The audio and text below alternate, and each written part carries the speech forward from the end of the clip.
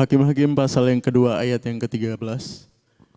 Demikianlah mereka meninggalkan Tuhan dan beribadah kepada Baal dan para Asitoret. Maka bangkitlah murka Tuhan terhadap orang Israel. Ia menyerahkan mereka ke dalam tangan perampok dan menjual mereka kepada musuh di sekeliling mereka, sehingga mereka tidak sanggup lagi menghadapi musuh mereka.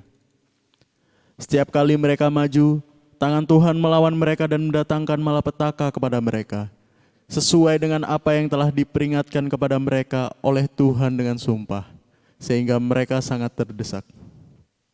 Maka Tuhan membangkitkan hakim-hakim yang menyelamatkan mereka dari tangan perampok itu. Tetapi juga para hakim itu tidak mereka hiraukan, karena mereka berzinah dengan mengikuti Allah lain dan sujud menyembah kepadanya. Mereka segera menyimpang dari jalan yang ditempuh oleh nenek moyangnya yang mendengarkan perintah Tuhan.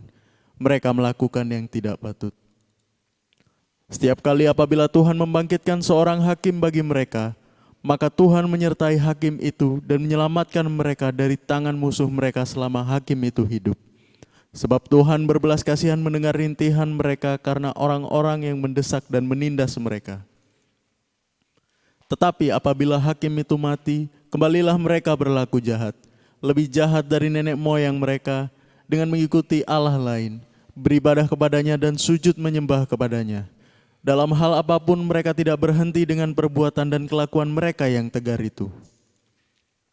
Apabila murka Tuhan bangkit terhadap orang Israel, berfirmanlah Ia, karena bangsa ini melanggar perjanjian yang telah kuperintahkan kepada nenek moyang mereka dan tidak mendengarkan firman-Ku, maka aku pun tidak mau menghalau lagi dari depan mereka satupun dari bangsa-bangsa yang ditinggalkan Yosua pada waktu matinya.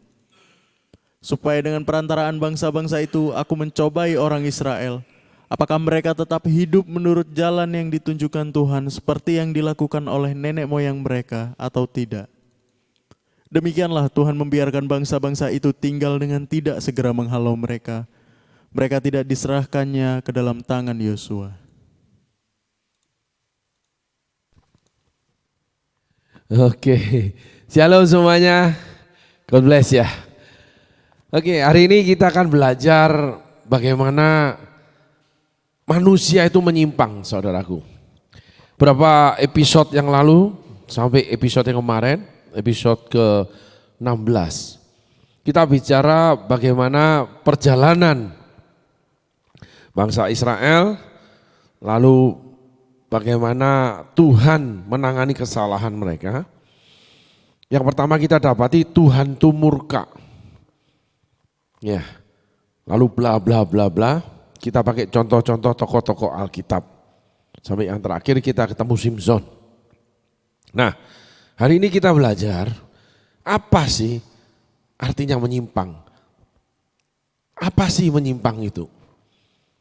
Kita akan belajar tentang segala sesuatu realita kehidupan di mana itu menjadi konfrontasi daripada Alkitab.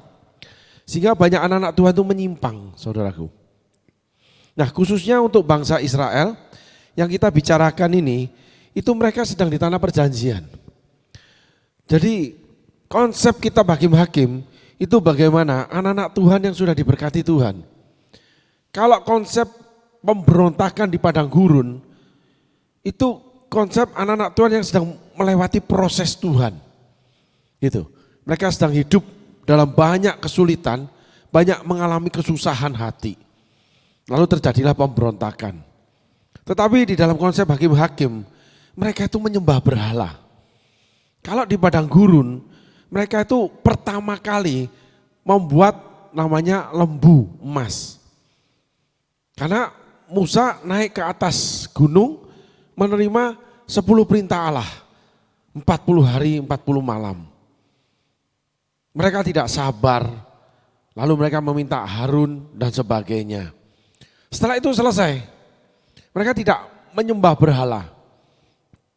Sehingga pernyataan itu membuat kita ada dua. Bangsa Israel ketika di Mesir diperbudak, mereka enggak punya berhala.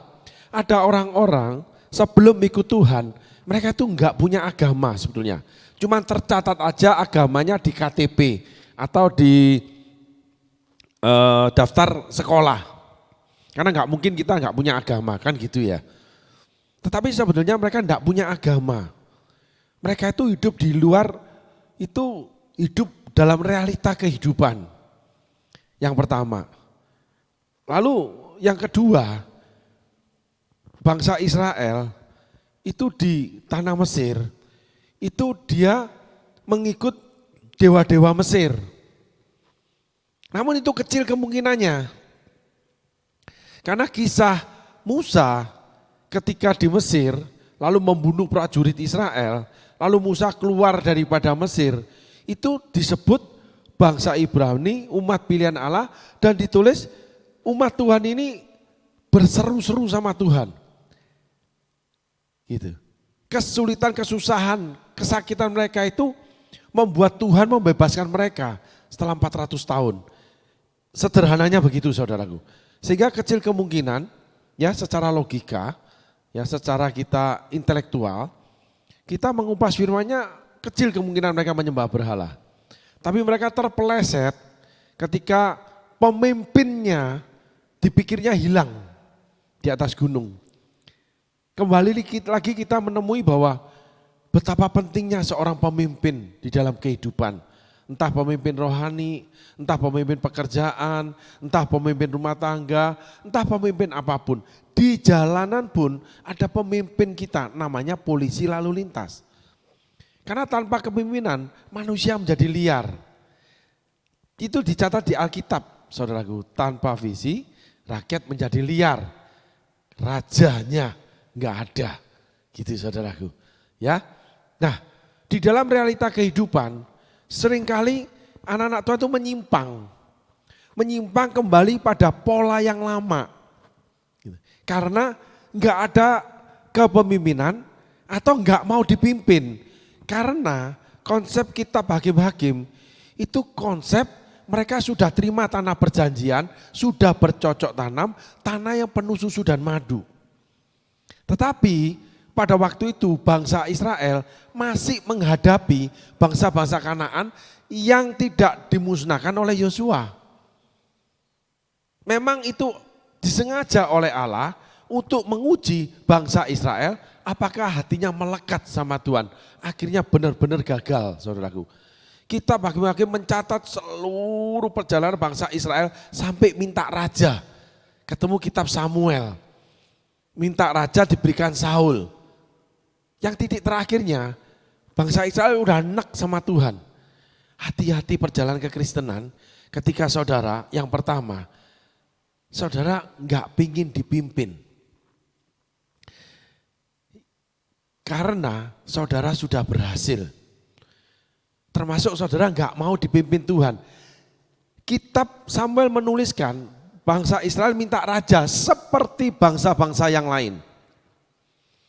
Saudaraku, terlihat orang itu ketika rajin ke gereja, ketika udah hidupnya berhasil, pekerjaannya maju, rame, punya uang, sibuk, dia rata-rata otomatis mengurangkan kegiatannya untuk hal-hal dengan Tuhan. Pertama kehadiran di gereja, pertama kurang berdoa, pertama mengurangkan pelayanan, terus berlanjut. Di situ akhirnya mereka hidup di dalam kejatuhan, menyimpang, menyembah dewa-dewa Kanaan, dewa Asitoret, dewa Baal. Dewa-dewa ini melambangkan dominan. Gitu. Bangsa Israel ketika hendak memerangi bangsa-bangsa Kanaan, Tuhan berikan bangsa Yehuda. Ingat, Yesus disebut singa Yehuda. Sehingga seseorang yang menjadi pemimpin rohani, itulah yang mengalahkan dewa Baal dan dewa Asitoret, dominasi dunia. Orang-orang ketika menghindar atau jauh dari Tuhan, hubungannya enggak baik, enggak bagus, buruk dengan Tuhan, dia akan dihinggapi roh atau spirit dewa Baal, dewa Asitoret, dominan. Itu jelas digambarkan kisah Raja Ahab dengan Isabel. Di mana perbuatannya itu melahirkan yang namanya kejahatan Kain. pembunuhan. Pembunuhan itu diawali kebencian. Barang siapa mau benci saudaranya, di dalam dia tidak ada kasih Allah. Benci saudara. Membuat orang Israel akhirnya muak terhadap Tuhan. Berikan kami seorang raja. Itu perjalanannya, step by step. Nah, yang salah bukan dewa Baal, bukan dewa Asitoret, bukan saudaraku. Yang salah bangsa Israel menyimpang dari Tuhan. Menyimpangnya kalau dibuat realita kehidupannya, mereka sibuk bekerja. Oleh karena sibuk dengan pekerjaan, disibukkan dengan pekerjaan, mereka akhirnya sadar tidak sadar keputusan yang dibuat sendiri atau tidak disadari keadaan membuat mereka jauh dari Tuhan. Tiba-tiba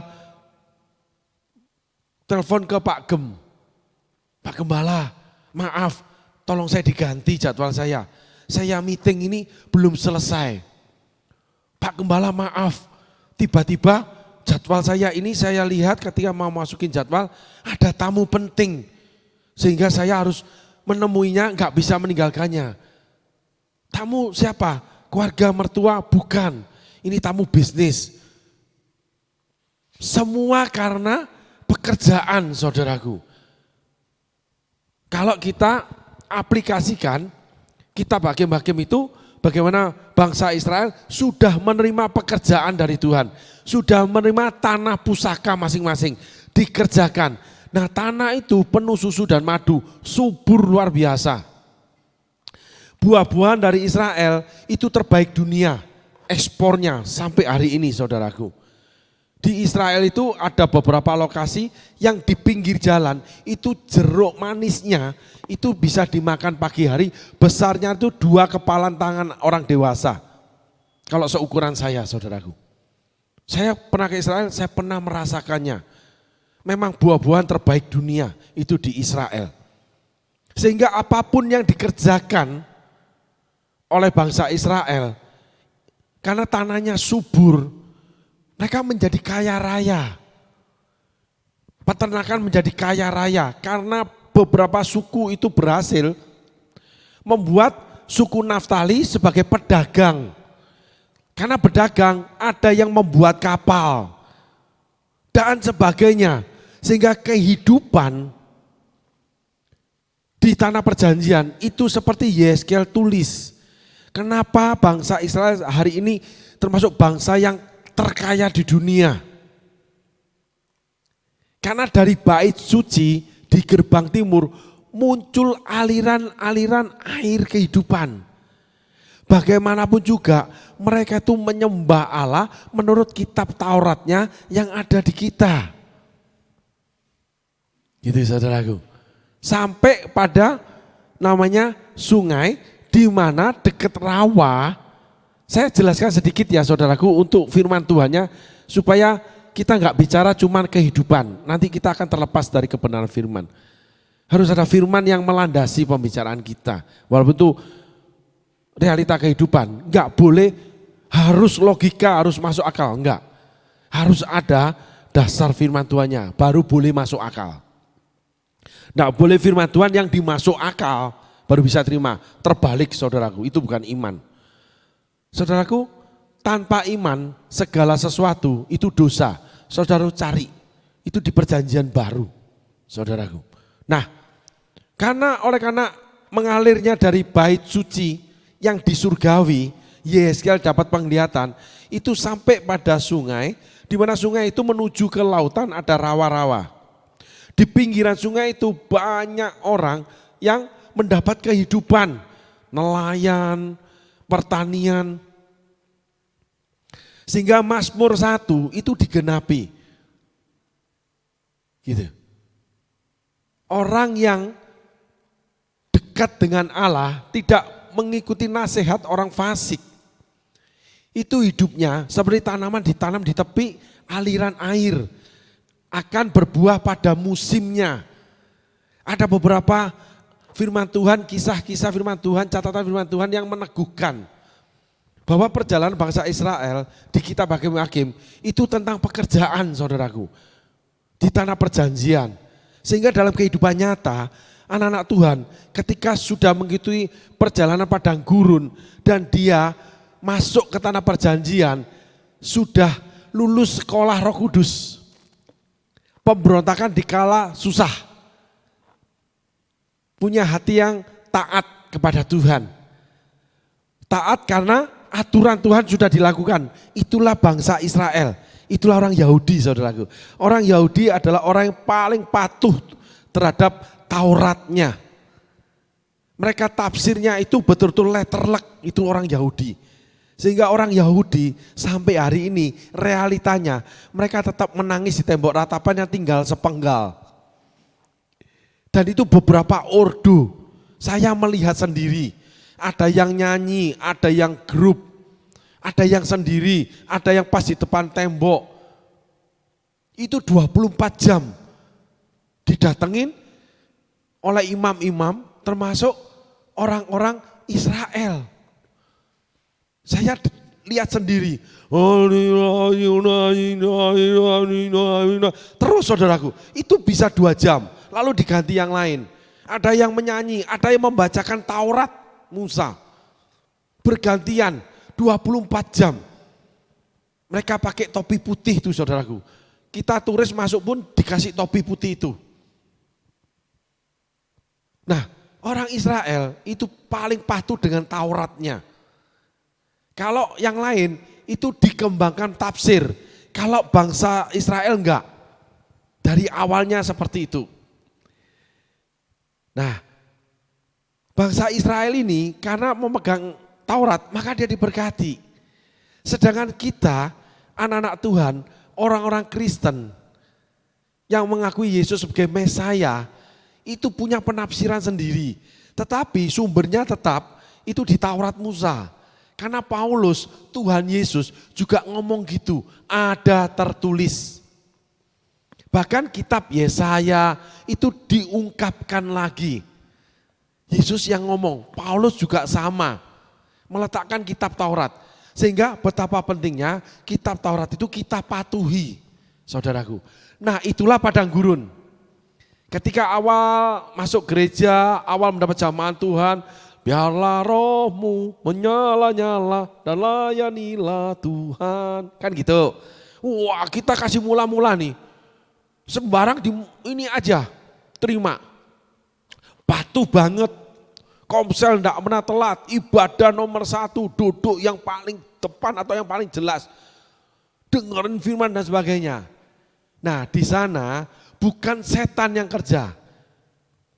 Itu Tuhan. Ingat Yesus setelah dipenuhi Roh Kudus, dibawa roh ke padang gurun untuk dicobai iblis. Saudara setelah melewati masa padang gurun, saudara akan dibawa masuk tanah perjanjian, dipenuhi berkat. Kontekstual yang sama, perhatikan ini teman-teman, yang akan diberkati, yang sedang diberkati, atau yang sudah diberkati. Hati-hati. Karena ini perjalanan, Alkitab itu adalah lambang perjalanan setiap orang percaya kepada Yesus. Gitu. Di situ kita bisa lihat jalan-jalan Tuhan.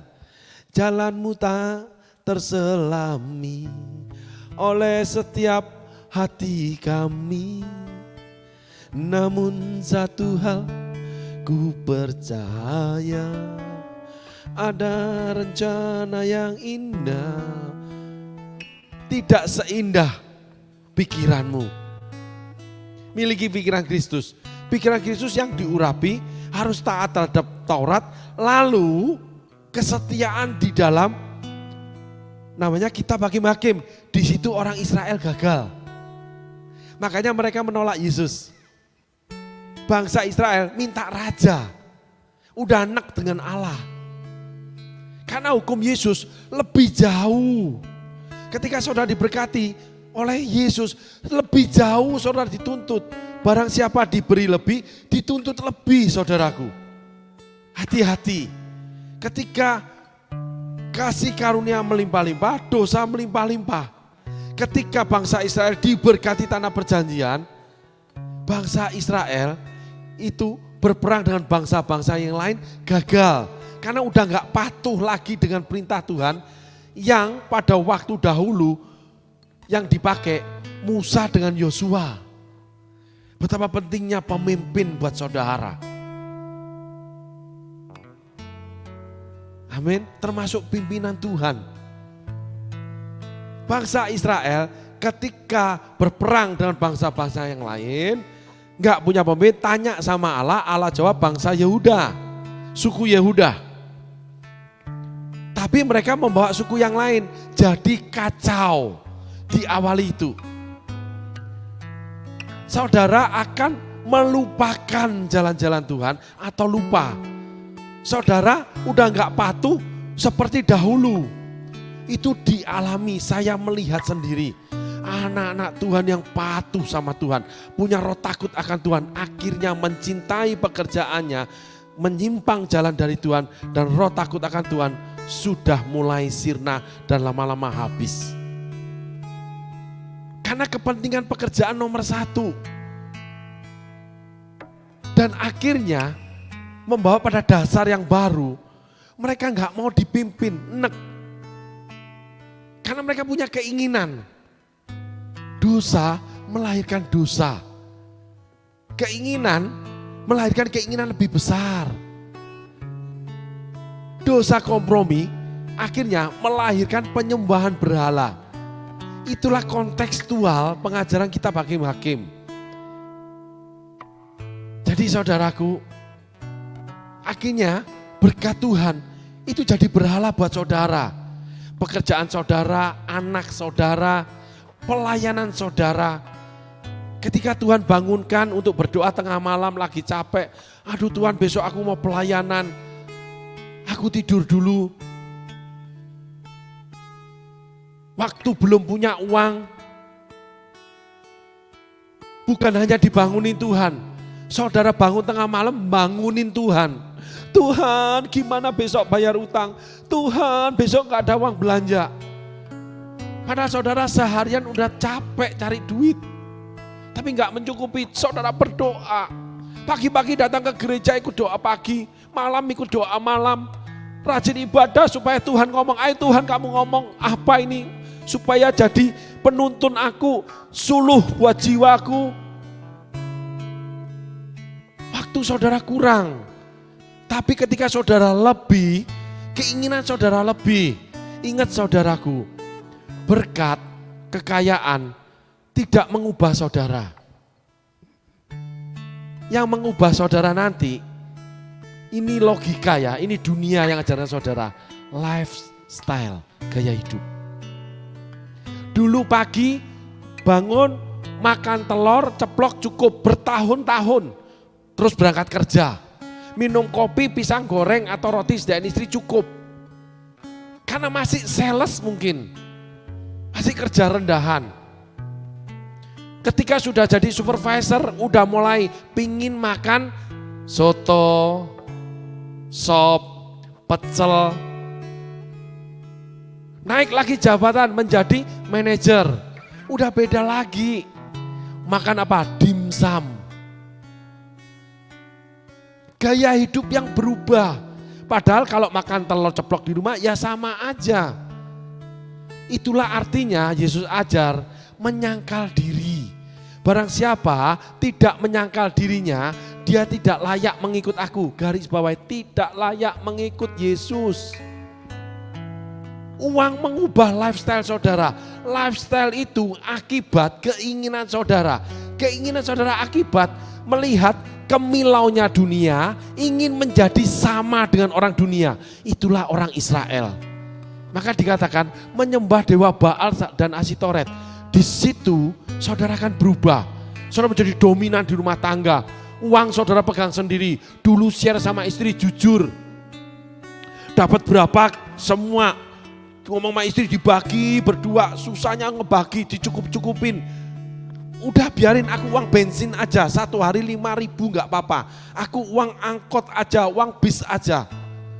Tapi ketika gaji udah naik, keinginan udah tambah. Siang hari pingin ngopi di tempat yang mahal, kayak yang lain manajer. Lalu saudara cenderung tidak jujur. Nggak enak sama istri. Istri pasti melarang. Segala macam yang membuat keinginan saudara itu dihentikan. Nah, oleh karena spirit Dewa Baal dan Asitoret ini yang dominan ini mendominasi saudara, sudah menginfluence saudara. Saudara nggak ingin dihentikan, keluarlah namanya roh dusta. Saudara mulai nyimpen duit sendiri, tidak memberitahu istri, tidak jujur.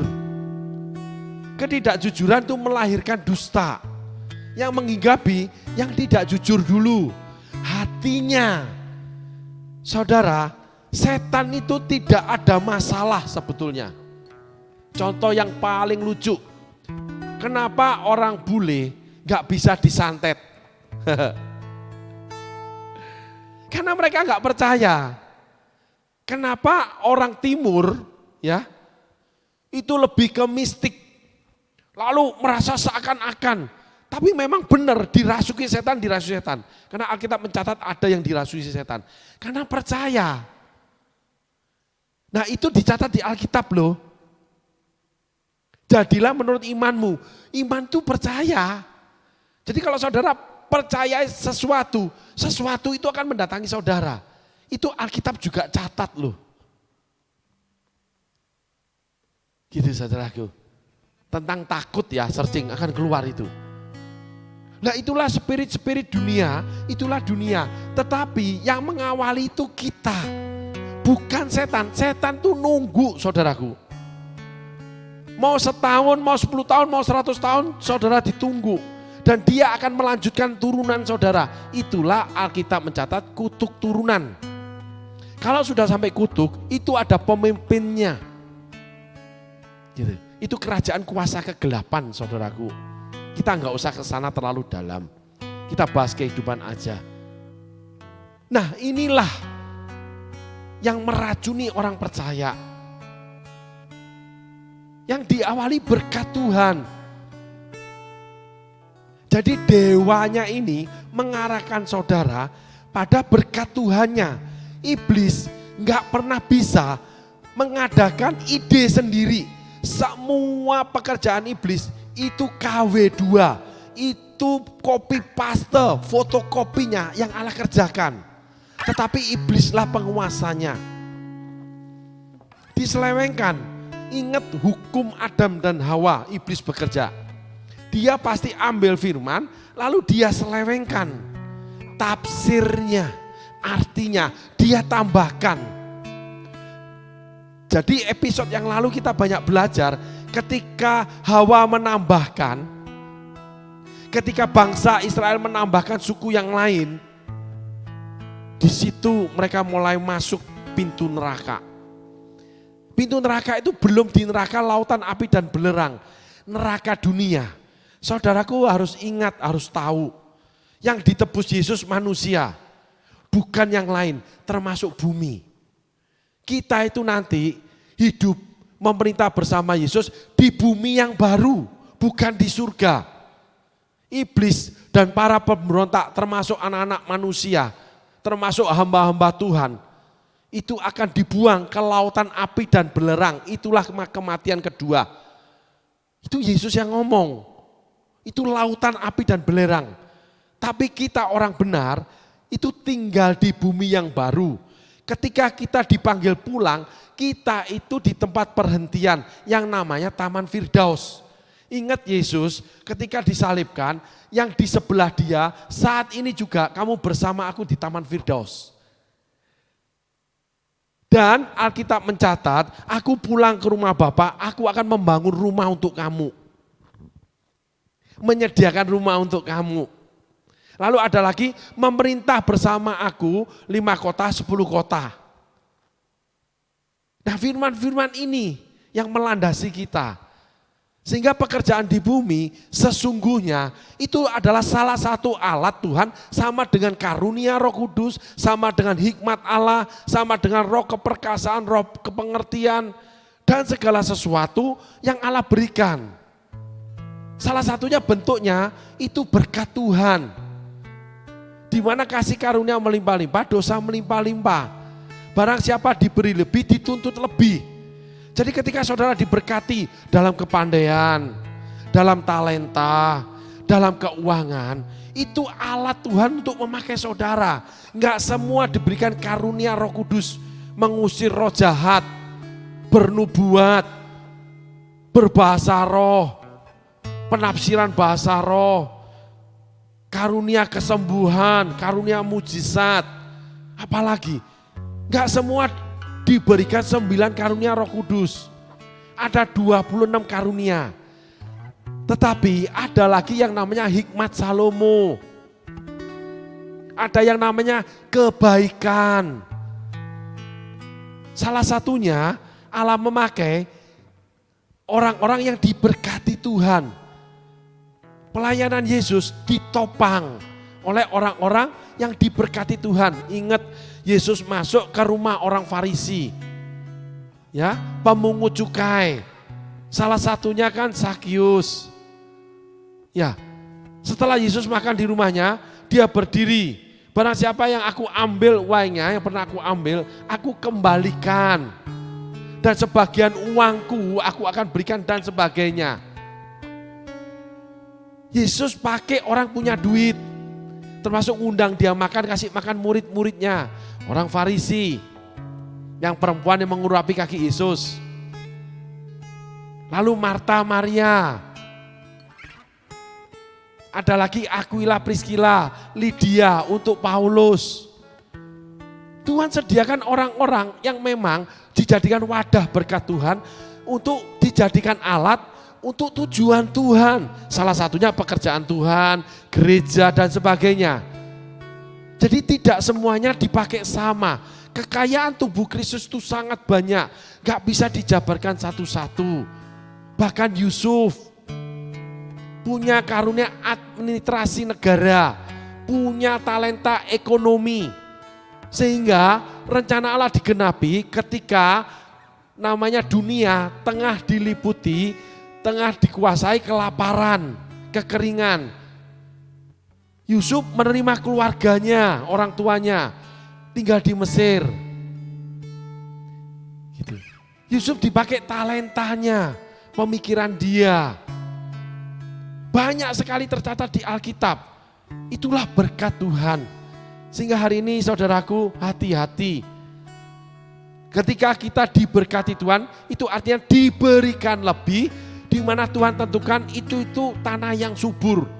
Pasti apapun yang saudara lakukan di dalam berkat Tuhan yang Tuhan tentukan, hal apapun yang Tuhan sudah tentukan, saudaraku akan menerima berlimpah air itu sampai menjadi berkat seperti sungai di mana banyak orang hidup di pinggir sungai itu.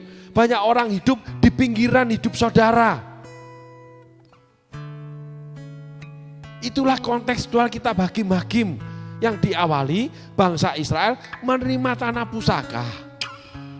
Saudaraku, sehingga sesungguhnya enggak boleh ada penyimpangan. Semua itu ujian ketika pekerjaan merampas kegiatan yang kita lakukan, yang baik, yang benar.